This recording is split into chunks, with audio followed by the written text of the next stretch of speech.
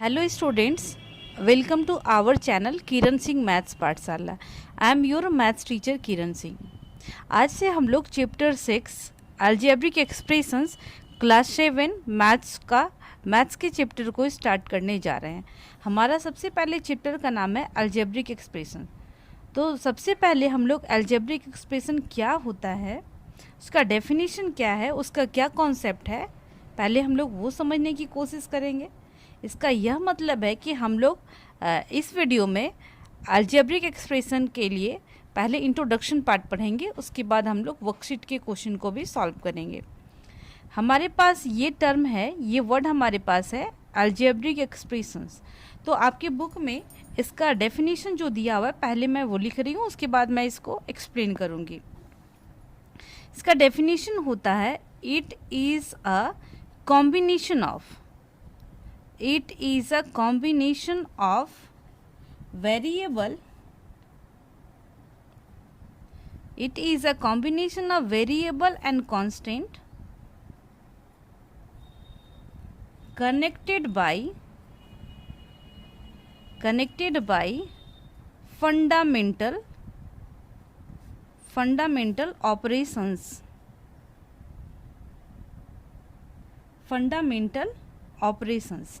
और हमारे पास fundamental operations आप इसे कहें या फिर फंडामेंटल साइन फंडामेंटल ऑपरेशंस या फिर फंडामेंटल साइन हमारा होता है प्लस, माइनस, मल्टीप्लिकेशन और डिवीज़न। ये जो 4 साइन हमारे पास है जो मैथ्स में यूज़ किया जाता है उसे फंडामेंटल साइंस या फिर फंडामेंटल ऑपरेशंस कहा जाता है।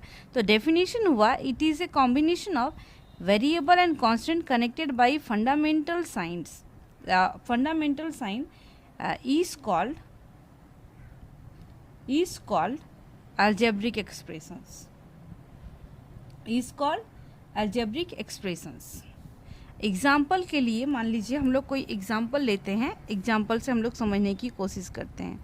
अगर हमारे पास ये एग्जाम्पल होता है 2x + 3, आप यहाँ पर देख सकते हैं कि 2 हमारे पास क्या है, 2 हमारे पास कांस्टेंट है, कांस्टेंट नंबर बोल ले या कांस्टेंट बोले। 3 भी हमारे पास कांस्टेंट है। अब यहाँ पर जो x हमारे पास है ये क्या है, ये एक वेरिएबल है।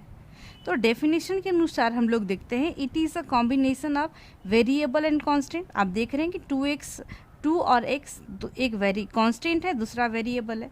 और यहाँ पर 2x हमारे पास ये वाला टर्म हमारा वेरिएबल वाला हो जाएगा और 3 जो हमारे पास हो जाएगा ये कांस्टेंट टर्म है। और बीच में हमारे पास प्लस माइनस का साइन है। डेफिनेशन में भी यही लिखा गया था, it is a combination of variable and constant connected by fundamental science. तो ये हमारे पास 2 वर्ड आ रहे हैं। फर्स्ट वर्ड हमारे पास वेरिएबल आ रहा है और सेकेंड वर्ड हमारे पास कांस्टेंट आ रहा है। तो वेरिएबल और कांस्टेंट का क्या मतलब होता है, हम लोग उसके डेफिनेशन को भी देखते हैं। वेरिएबल का मतलब होता है अ क्वांटिटी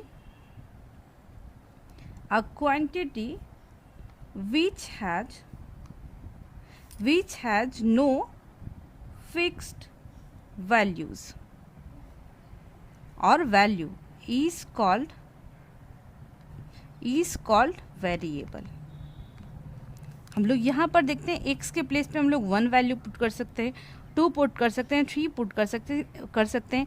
इसी तरीके से हम लोग कोई भी वैल्यूज़ को पुट कर सकते हैं। तो वेरिएबल का मतलब ही होता है, वेरी का मतलब चेंज होता है। इसका मतलब होता है ऐसा क्वांटिटी जिसकी वैल्यू फिक्स नहीं होती है, इसकी वैल्यू चेंज हो सकती है, इसे वेरिएबल कहा जाता है। एग्जाम्पल के लिए हम लोग जितने भी अल्फ़ाबेट्स हैं, एक्स हो गया, वाई हो गया, जेड हो गया, ए हो गया, बी हो गया, ये सब सारे के सारे हमारे पास वेरिएबल होते हैं। हमारे पास नेक्स्ट टर्म कांस्टेंट का आता है। कांस्टेंट क्या होता है, कांस्टेंट हमारे पास जिसकी वैल्यू फिक्स होती है। यहाँ पर आप देखें मैं लिखी हूँ 3 हमारे पास क्या है, एक कांस्टेंट नंबर है। 3 के प्लेस पे हम लोग कोई दूसरा नंबर पुट नहीं कर सकते, इसकी वैल्यू चेंज नहीं होगी। तो इसके के डेफिनेशन में हम लोग लिख सकते हैं a symbol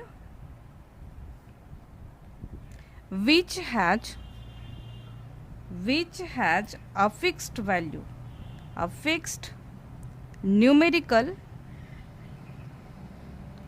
value is called a constant, is called a constant, ये हमारे पास कांस्टेंट हो जाएगा। एग्जाम्पल के लिए हम लोग लिख सकते हैं 0, 1, 2, 5, इस तरीके से ये सारे नंबर्स हमारे पास कांस्टेंट के रूप में आते हैं। अब हमारे पास ये होगा कि डेफिनेशन में हम लोगों ने लिखा था कि अलजेब्रिक एक्सप्रेशंस वेरिएबल और कांस्टेंट का कॉम्बिनेशन होता है जिसके बीच में प्लस माइनस मल्टीप्लिकेशन का साइन होता है। अब एक चीज़ जो ध्यान देने वाली बात होती है, यहाँ पर मैं एक चीज़ बार बार बोल रही हूँ, टर्म टर्म टर्म, यानी एक्चुअली टर्म होता क्या है, उसको कैसे पहचाना जाता है, उसको सेपरेट अलग किस तरीके से किया जाता है। तो यहाँ पर आपको नोट में एक चीज़ लिखवाया जा रहा है जिसे आपको ध्यान में रखना है। ध्यान में ये है कि parts of an algebraic expression, जो भी पार्ट्स हैं उसके जो भी भाग हैं, parts of an algebraic expression separated by the symbols plus और माइनस। जो अलजेब्रिक एक्सप्रेशन के जो पार्ट होंगे या जो टर्म्स होंगे वो प्लस और माइनस के साइन से सेपरेट होते हैं। सेपरेट होने का मतलब होता है अलग होते हैं, और उसको क्या बोलते हैं हम लोग, आर कॉल्ड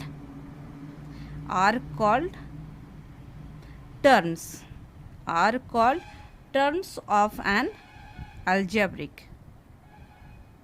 अलजेब्रिक एक्सप्रेशंस, और इसे ही टर्म्स बोला जाता है, terms of an algebraic expression. ये हमारे पास टर्म्स होता है, यानी टर्म्स को अलग किस तरीके से किया जाता है, उसके बीच में प्लस का साइन होना चाहिए या फिर माइनस का साइन होना चाहिए, तभी अलग हो सकता है।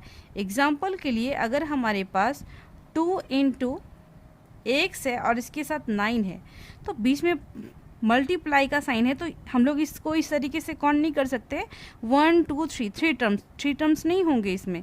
2x + 9 यानी ये फर्स्ट टर्म होगा, ये सेकेंड टर्म, यानी इसमें नंबर ऑफ टर्म्स कितने होंगे, number of terms equal to 2 होंगे। इसमें नंबर ऑफ टर्म्स 2 होंगे, यानी टर्म्स को अलग करने के लिए बीच में या तो प्लस का साइन होना चाहिए या फिर माइनस का साइन होना चाहिए, तभी उसके टर्म्स को हम लोग इस तरीके से काउंट कर सकते हैं। अब इसमें जो आपको पढ़ना है वो पढ़ना है कि नंबर ऑफ टर्म्स कितने होंगे और उसका क्या नाम होगा। यानी अलजेब्रिक एक्सप्रेशन में नंबर ऑफ टर्म्स के अनुसार उसका नामकरण किया जाता है। इसका क्या मतलब होता है। एग्जाम्पल के लिए आप देखें, ये नोट में आपका फर्स्ट पॉइंट था, अब सेकेंड पॉइंट आपको लिखवाया जा रहा है। N algebraic expression, N algebraic expression having only one term is called a monomial। अगर अलजेब्रिक एक्सप्रेशन में सिर्फ और सिर्फ एक ही टर्म होगा तो उसको क्या कहा जाएगा, मोनोमियल कहा जाएगा, मोनोमियल। एग्जाम्पल के लिए आप लोग लिख सकते हैं, मान लीजिए हमारे पास सिर्फ x ही हो, हमारे पास मान लीजिए 3x है, या फिर हमारे पास 3x² हो, तो ये हमारे पास मोनोमियल्स हैं, क्योंकि इसमें नंबर ऑफ टर्म्स सिर्फ 1 है, बीच में ना तो प्लस का साइन है या ना तो माइनस का साइन है। इसी तरीके से अगर नंबर ऑफ टर्म्स कितने होंगे, नंबर ऑफ टर्म्स अगर 3 होंगे, नंबर ऑफ टर्म्स अगर 3 होंगे तो इसका नाम क्या हो जाएगा, ट्राइनोमियल। लेकिन सबसे पहले हमें बाइनोमियल लिखना चाहिए था। अगर नंबर ऑफ टर्म्स 2 होंगे तो इसका नाम बाइनोमियल होगा, बाइनोमियल हो गया। एग्जाम्पल के लिए हम लोग लिख सकते हैं 3x + 1, ये हमारा 1 टर्म हो गया, ये सेकेंड टर्म, यानी नंबर ऑफ टर्म्स इसमें 2 हैं। इसी तरीके से हम लोग लिख सकते हैं 5y + 9, इसमें भी नंबर ऑफ टर्म्स 2 हैं। इस तरीके से हम लोग और भी एग्जाम्पल ले सकते हैं। थर्ड पॉइंट हमारे पास हो जाएगा, अगर नंबर ऑफ टर्म्स हमारे पास 3 होंगे, नंबर ऑफ टर्म्स अगर 3 होंगे तो इसका नाम ट्राइनोमियल होगा, ट्राइनोमियल। और एग्जाम्पल में हम लोग ले सकते हैं 2x² प्लस 3x प्लस 1। देखिए 1 2 3, इसमें नंबर ऑफ टर्म्स 3 है। इसी तरीके से कोई और भी आप एग्जाम्पल ले सकते हो 4x² प्लस 3x प्लस 9, इसमें भी number of terms 1 2 3 number of terms हैं। तो इस तरीके से हम लोग टर्म्स को अलग करते हैं। अब हमारे पास वर्कशीट 1 में जो आपको पढ़ना है उसमें ऐड करने का मेथड आपका दिया गया है कॉलम मेथड, और नेक्स्ट तो आपके पास आता है हॉरिजॉन्टल मेथड। तो कॉलम मेथड के में किस तरीके से हम लोग कर सकते हैं, कॉलम मेथड क्या होता है, हम लोग सबसे पहले एक एग्जांपल के थ्रू समझते हैं। मान लीजिए हमारे पास एक क्वेश्चन है, कोई क्वेश्चन है add 3x² plus 4x and 5x² plus 9x by column method and horizontal method. इसी क्वेश्चन को हम लोग दोनों मेथड से सॉल्व करेंगे, हॉरिजॉन्टल मेथड से भी सॉल्व करेंगे और कॉलम मेथड से भी सॉल्व करेंगे। अब देखिए कॉलम मेथड में क्या होता है, कॉलम के रूप में हमें अरेंज करना है। 3x² प्लस 4x हम लोग लिखेंगे और इसके नीचे हम x² वाला टर्म x² के साथ लिखा जाता है और x वाला टर्म x वाले के साथ। अब हमें ऐड करना है यानी प्लस करना है। जिसके पास कुछ साइन नहीं होता यानी प्लस का साइन उसके पास है। 9 and 4 13x हमारे पास हो जाएगा, प्लस का साइन हम लोग देंगे और 5 and 3 8x²। ये हमारा कौन सा मेथड कहलाएगा, ये हमारा कॉलम मेथड है, कॉलम मेथड है। नेक्स्ट हमारे पास आता है हॉरिजॉन्टल मेथड। हॉरिजॉन्टल मेथड मतलब हॉरिजॉन्टल लाइन आप सबको पता है, ये हॉरिजॉन्टल लाइन है, ये वर्टिकल लाइन होता है। तो हॉरिजॉन्टल एक लाइन के रूप में हमें लिखना है। किस तरीके से हम लोग लिखेंगे, 3x² प्लस 4x लिखेंगे, ब्रैकेट देंगे, फिर प्लस का साइन देंगे, क्योंकि ऐड करना है इसलिए प्लस का साइन देंगे। अगर सब्ट्रैक्ट रहता तो हम लोग यही प्रोसेस में माइनस का साइन देते हैं। 5x² प्लस 9x, इस तरीके से हम लोग देंगे। अब क्या करेंगे, 3x² प्लस 5x², इसको एक जगह पे रखेंगे, एक प्लेस पे। 4x प्लस 9, इसको एक प्लेस पे हम लोग रखेंगे। तो 5 and 3 8x² हो गया एंड 9 and 4 13x। ये हमारा हॉरिजॉन्टल मेथड कहलाता है, हॉरिजॉन्टल मेथड। ये मेथड हमारा हॉरिजॉन्टल। इसी तरीके से हम लोग सब्ट्रैक्ट में भी कर सकते हैं। हमें सब्ट्रैक्शन भी दोनों मेथड के द्वारा करना पड़ेगा, बस सब्ट्रैक्शन में साइन जो हमारा होता है वो चेंज हो जाता है। इस टाइप का क्वेश्चन जब आप वर्कशीट में करेंगे तो मैं उसके साथ ही एक्सप्लेन करूँगी। ये आपका वर्कशीट 1 के लिए इंट्रोडक्शन पार्ट था। अब हम लोग इसके नेक्स्ट वीडियो में वर्कशीट 1 के सारे क्वेश्चंस को सॉल्व करेंगे। आप यहाँ पर एक चीज़ समझ लें कि ऐड करने के लिए जो पावर है वो सेम होना चाहिए, और जो पावर है उसको हम लोग क्या बोलते हैं, डिग्री बोलते हैं। आप एक वर्ड ये भी नोट कर लें, डिग्री। हाईएस्ट